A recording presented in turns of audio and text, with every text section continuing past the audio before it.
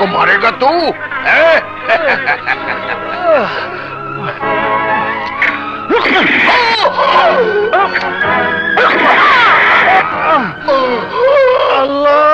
আমার অস্তিত্ব আজও মায়ের মমতাকে, পিতার স্নেহের শাসনকে, বোনের ভালোবাসাকে, বন্ধুদের প্রীতিকে ঘিরে বেঁচে আছে।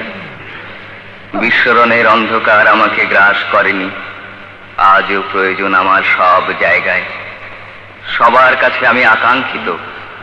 বড় ইচ্ছে করছে যদি আবার মুহূর্তের জন্যেও আমি অন্ধকারের সীমান্ত পেরিয়ে যেতে পারতাম। একটি ফুলকে বাঁচাবো বলে যুদ্ধ করি, ওরা একটি ফুলকে বাঁচাবো বলে যুদ্ধ করি। দেশ আমার